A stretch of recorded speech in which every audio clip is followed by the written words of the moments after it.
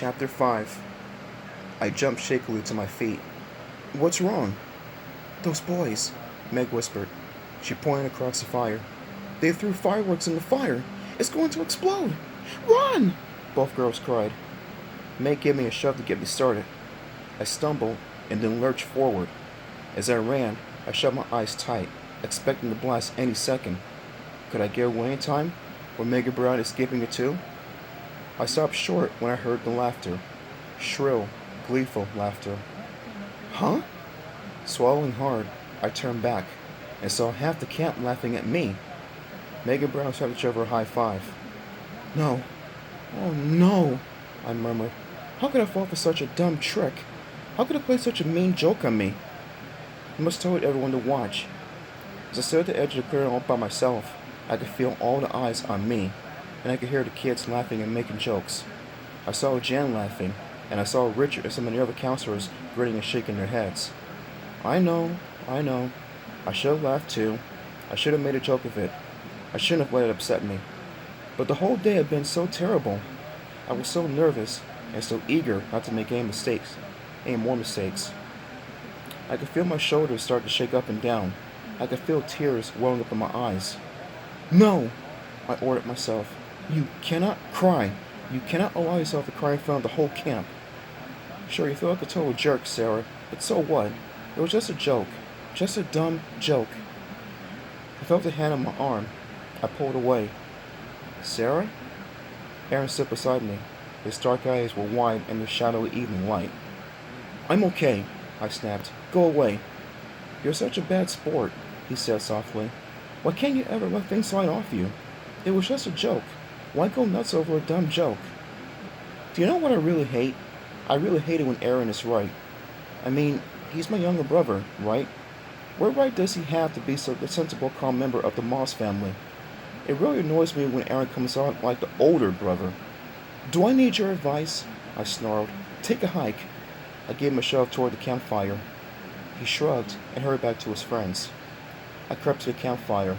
I didn't go to my old seat. It was too close to the fire and too close to Brown and Meg. I dropped down on the edge of the log near the woods, outside the glow of the fire. The darkness cooled me and helped me to calm me down. Richard had been talking for a while. I realized I hadn't heard a word he said. He stood in front of the crackling fire. He had a deep, booming voice, but everyone leaned in to hear him better. I gazed around a circle of campers. Their faces glowed orange in the bright firelight. Their eyes sparkled. I wondered if anyone here would be my friend. I knew I was feeling really sorry for myself. I wondered if uplifting the campers felt the way I did. Richard's voice droned on in the back of my mind. He was saying something about the main lodge, something about the meal schedule. Then he began talking about towels. I started paying attention when he introduced the head waterfront counselor. Her name was Liz. Everyone clapped when she stood beside Richard. One of the boys whistled loudly. She's awesome, another boy called out. Everyone laughed. Liz grinned too. She waited for everyone to get quiet. Are you all having a good time? She called out. Everyone cheered and clapped. Well, tomorrow will be your first day at the waterfront, Liz announced. And before you go in the lake, there are lots of water rules we want you to know. I'm like, don't drink the water, Richard chimed in, unless you're very thirsty. Some kids laughed. I didn't. The thought of drinking that disgusting stormy water made me sick. Liz didn't laugh either. She frowned at Richard. We need to take this seriously, she scolded. I was serious, Richard joked. Liz ignored him. When you get back to your bunks, you will find a list of water rules on your bed, she continued, brushing back her long, frizzy red hair. There are 20 rules on the list, and you need to know them all. Huh? 20 rules? I thought. How can there be 20 rules? It will take all summer to learn 20 rules.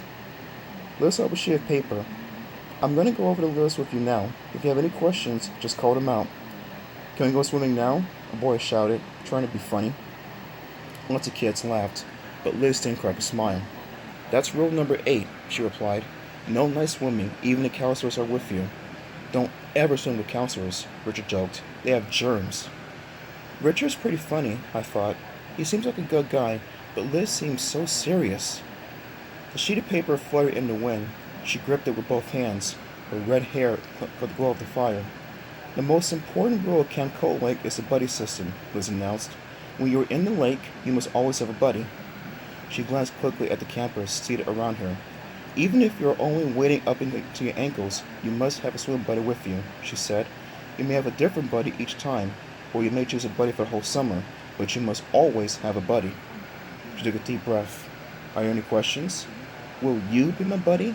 A boy shouted. Everyone laughed. I laughed too. The kid's timing was perfect. But once again, Liz didn't crack a smile. As Waterfield counselor, I will act as everyone's buddy, she replied seriously.